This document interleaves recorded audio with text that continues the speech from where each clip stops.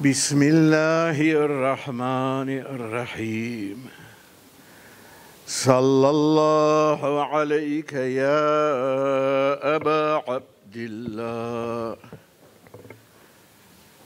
صلى الله عليك يا أبا عبد الله. En particulier, cette nuit qui est la nuit de vendredi, Laylatu Ziyarat al-Hussein, la nuit de la Ziyarat à l'imam Hussein. Et comme l'a dit l'imam Sadiq, quand vous voulez rendre visite à l'imam al-Hussein de loin, dites 3 fois Sallallahu alayka ya Aba Abdillah. وعلى الأرواح التي حلت بفنائك يا ليتنا كنا معكم فنفوز فوزا عظيما. Si seulement nous avions été avec vous et que nous avions triomphé d'un triomphe suprême.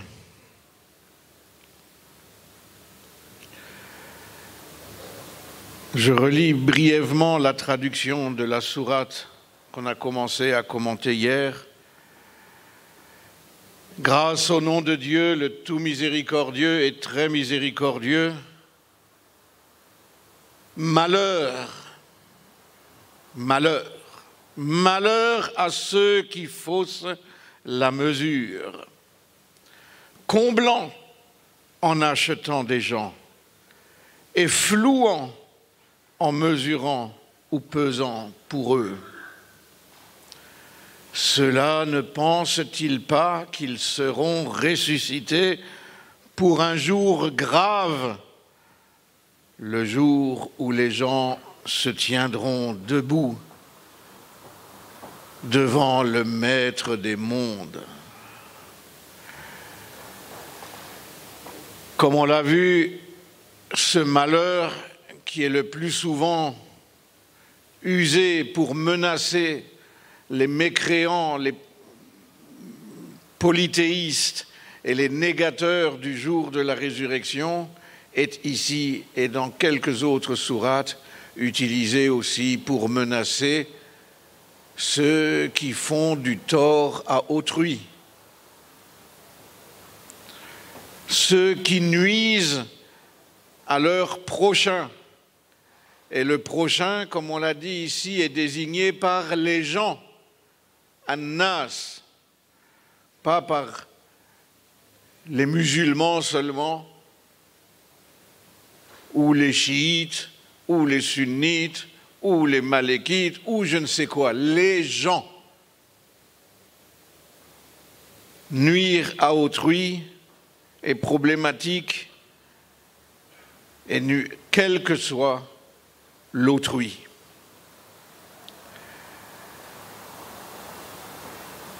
Comme on l'a vu aussi, ce n'est pas seulement ceux qui faussent la mesure qui sont concernés ici, mais par extension de l'esprit des versets, tous ceux qui, d'une certaine manière, flouent autrui de leurs droits, privent autrui de son droit.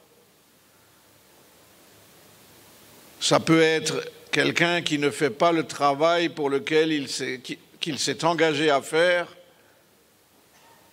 Ça peut être aussi, et c'est souvent le cas, le patron qui ne donne pas un salaire correct, suffisant à ceux qui travaillent pour lui ou qui s'arrangent pour ne pas lui donner une couverture sociale. Vous vous rendez compte, quand il y avait des esclaves, l'esclave, il faut le nourrir, il faut le vêtir, il faut le soigner parce que s'il est malade, il ne peut pas travailler. S'il a faim, il ne peut pas travailler, il ne sera pas assez fort. S'il n'a pas assez dormi.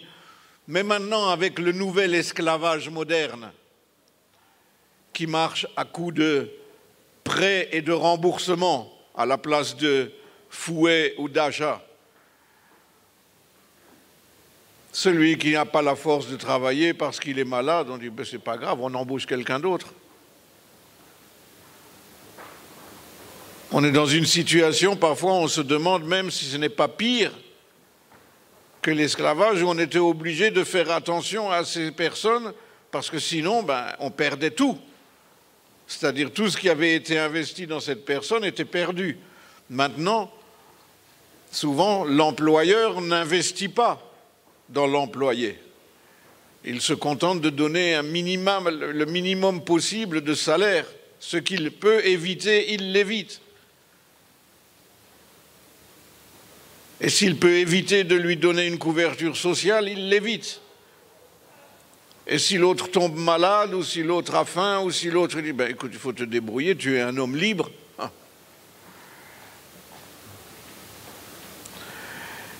Et le point le plus important, c'est que même si l'on est musulman, même si l'on a la foi, c'est-à-dire qu'on est un homme de foi, qu'on est un croyant, si l'on agit ainsi, en pratique, on est exactement comme quelqu'un qui nie la résurrection.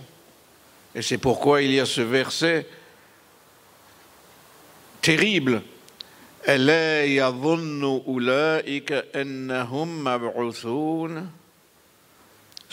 ne pense-t-il pas qu'ils seront ressuscités pour un jour grave, le jour où les gens se tiendront debout devant le Maître des mondes?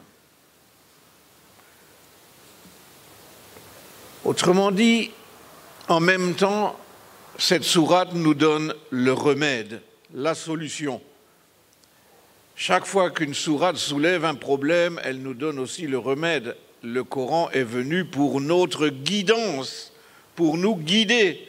Il ne s'agit pas de dire voilà la liste des problèmes sans fournir des solutions. La solution pour ne pas être tenté de faire des choses qui nuisent aux autres. Et surtout, si on remarque bien, la chose qui est mentionnée ici, c'est-à-dire d'arnaquer les autres sans qu'ils s'en rendent compte. On ne s'en rend pas compte qu'on a trafiqué le poids ou la mesure.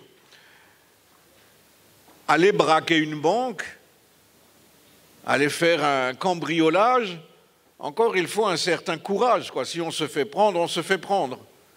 Mais là, trahir sur la balance, on pense qu'on passe à côté, personne ne remarque rien, même la victime ne remarque rien.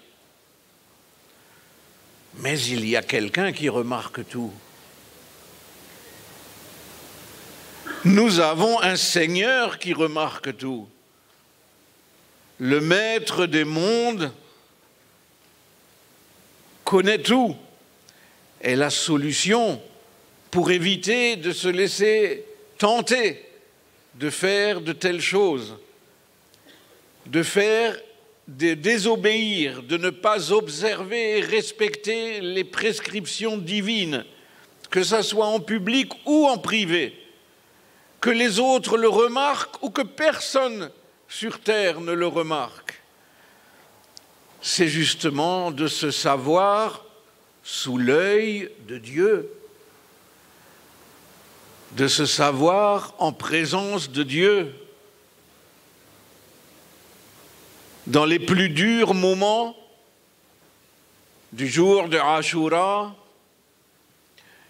dans les moments où le sacrifice était le plus dur, comme dans le moment en particulier où le nourrisson a été égorgé par une flèche de part en part et que l'imam Hussein a lancé ce sang qui s'écoulait de sa gorge vers le ciel et qu'il n'en est pas retombé la moindre goutte.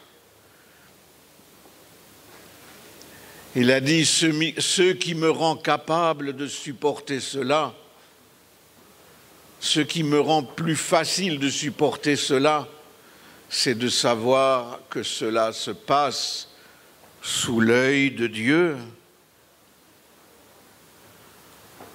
se savoir en permanence sous l'œil de Dieu, se savoir en permanence en présence de Dieu, fait que l'idée même que l'on puisse faire quelque chose en privé n'a même plus de sens, puisque même quand je suis en privé, je suis sous l'œil et en présence de Dieu. Donc s'il y a quelque chose que je veux faire de mal et que je veux cacher de tout le monde, je suis mal barré, comme on dit. Parce que de toute manière, à supposer même que j'ai pu éviter à tout le monde de me voir, à supposer même que les anges qui notent tout ce que je fais ne le voient pas, comme on le dit dans le Dora Komeil, toi, ô mon Dieu, tu vois et tu sais. Et il suffit que je pense que je serai un jour ressuscité pour un jour grave, le jour où tous se tiendront debout devant le Maître des mondes, pour que je pense en même temps, mais alors tout ce que j'aurais fait et que j'aurais cru cacher sera déballé ce jour-là devant tout le monde.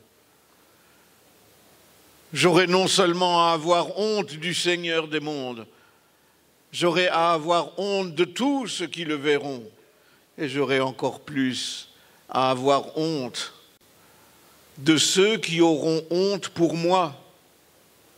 Nos bien-aimés imams, le prophète avant tout. Embellissez vos majlis, vos réunions en priant sur Muhammad et la famille de Muhammad.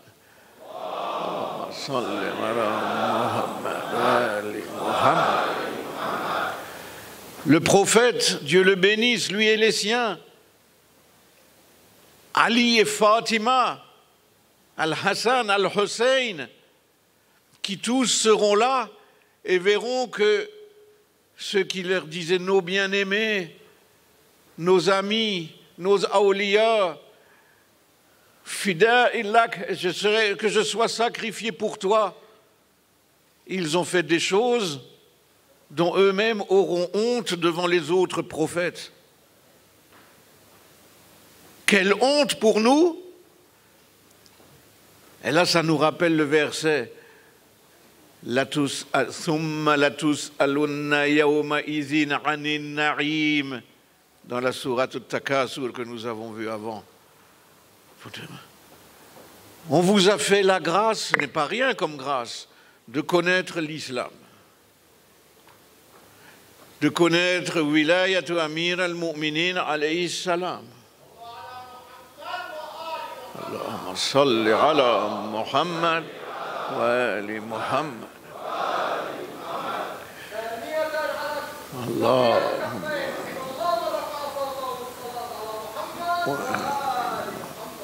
Allahumma salli ala Muhammad wa ali Muhammad, qui nous a fait la grâce de connaître le sacrifice de Hussein et des meilleurs compagnons que la terre ait portés le jour de Ashura, qui nous a fait la grâce de pouvoir avoir des endroits où l'on puisse se réunir pour commémorer cela et pour avoir chaque année, pendant quelques jours, un cours intensif d'humanité. Et malgré cela, on ferait des choses qui, le jour de la résurrection, feront honte à nos bien-aimés, à Muhammad et à la famille de Muhammad, à Ali et Fatima, à Hassan et à Hussein, au point qu'ils en auront honte devant Dieu et devant les autres prophètes, que voilà, ce sont nos fidèles, ce sont nos chiites qui ont fait ça. Et quand même, ils intercéderont. Mais quelle souffrance pour nous de devoir leur faire honte. Donc la solution radicale pour dissuader de faire de telles choses, c'est de penser de temps à autre, de se rappeler, de se remémorer la grande audience en présence du Maître des mondes.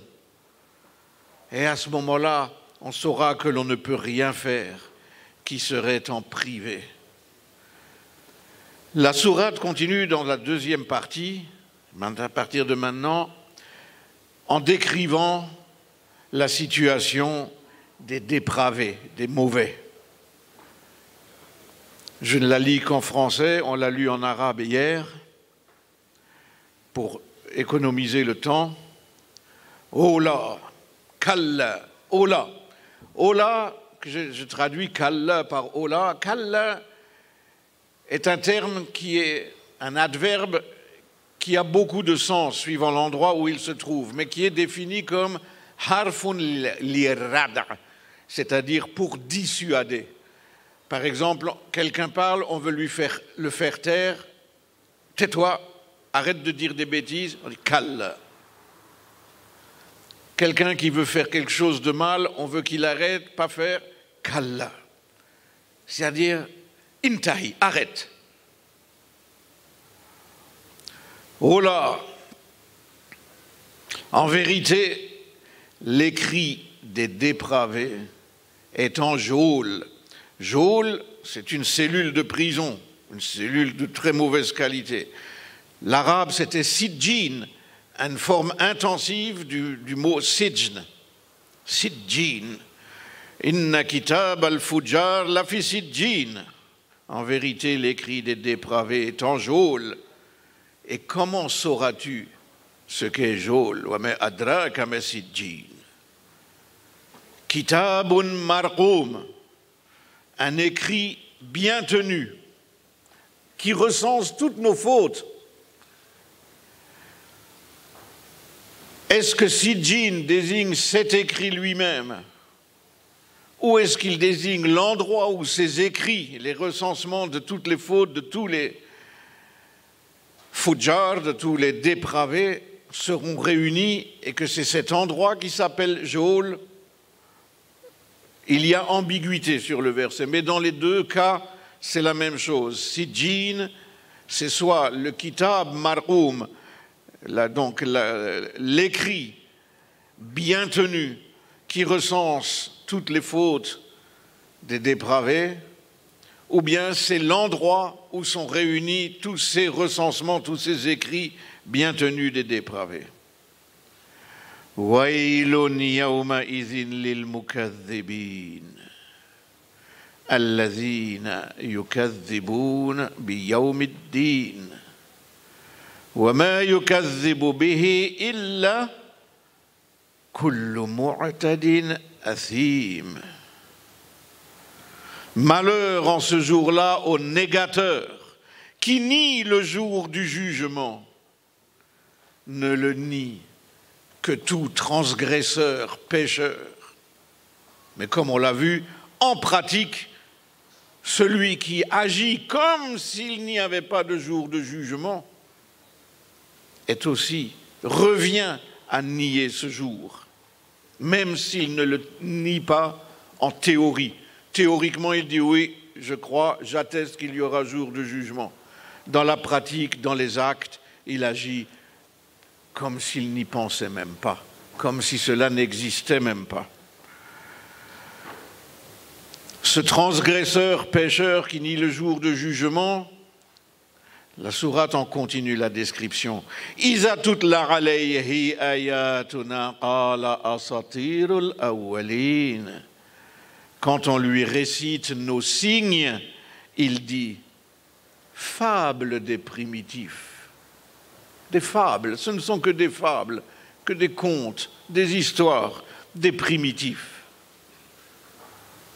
Oh là, vraiment, ce qu'ils ont acquis a terni leur cœur. Ternir, vous savez, quand un miroir commence à ne plus refléter correctement l'image qu'il reflète, il commence à ternir, que ce soit avec un miroir moderne ou les miroirs anciens qui étaient de métal. Embellissez vos réunions par la prière sur Mohammed et la famille de Mohammed.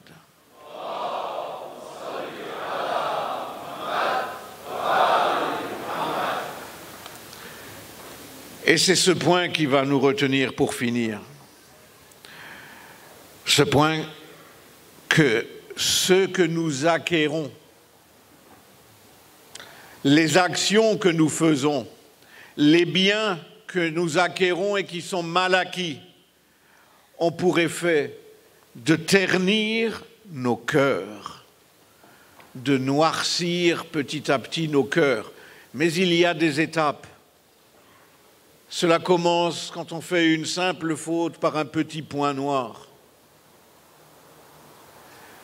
Si l'on se repent de cette faute, le point noir sera nettoyé du cœur. Mais si l'on ne se repent pas et que l'on persévère, cette tache noire s'étendra, jusqu'à ce que le cœur soit complètement noirci. Innal abd iza aznaba zamban nukitat fi qalbihi nuktatun sauda. Quand on commet une faute, dit le prophète, le cœur est taché d'une noircissure. Fa in taba wa naza'a wastaghfara suqila qalbu. S'il s'arrête, si l'on se repent, si l'on cesse et si l'on implore pardon, le cœur sera poli, nettoyé de cette tache noire. Wa in aada zadat hatta ta'lu qalba. Et si l'on récidive, elle s'étendra jusqu'à recouvrir le cœur. C'est cela la ternissure dont parle Dieu dans le Coran. فَذَلِكَ الرَّيْنَ الَّذِي ذَكَرَ اللَّهُ فِي الْقُرْآنِ.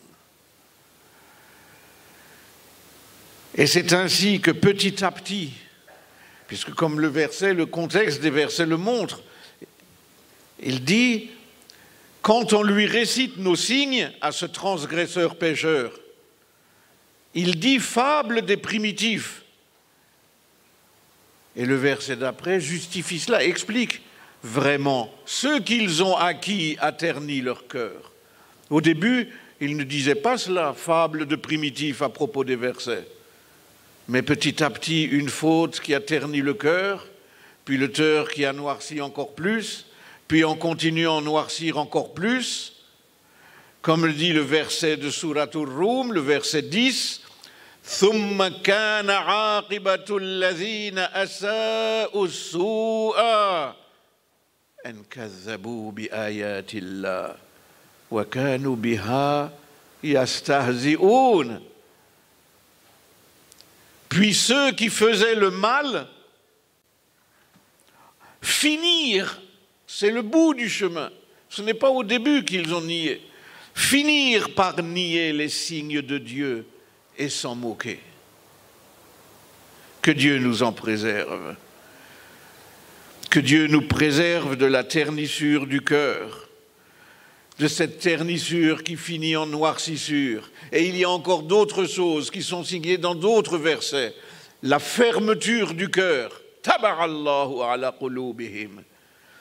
La fermeture hermétique, le scellement, quand on cachette une bouteille dont on ne veut pas que le goût change, on la cachette avec de la cire, hermétiquement. Khatamallahu ala qulubihim. Toutes ces étapes de ternissure, noircissure, fermeture, et finalement scellée et cachetée de manière hermétique du cœur, que Dieu nous en préserve. Car avec des petites choses au début, si on se laisse entraîner petit à petit, ça devient des plus grandes choses. On prend l'habitude, ces petites choses, allège, c'est pas grave, ça fait rien. Et puis après, ça devient une plus grande. Et là, on s'habitue aussi à celle-là. Comme une drogue. Au début, elle fait un effet. Après, quand la personne apprend l'habitude, ça fait plus d'effet. Il faut augmenter la dose, il faut augmenter la dose, il faut augmenter la dose. Jusqu'à ce qu'on en arrive au kufr sarir, à une mécréance explicite. Et à se moquer des signes de Dieu. Et se moquer, c'est pas forcément rire, c'est ne pas tenir compte. Comme dans le cas de cette sourate des Mutaffifin, de ceux qui fraudent la mesure. Je vous demande pour finir de multiplier les prières sur la famille de Muhammad sur Muhammad et la famille de Muhammad pour embellir votre réunion.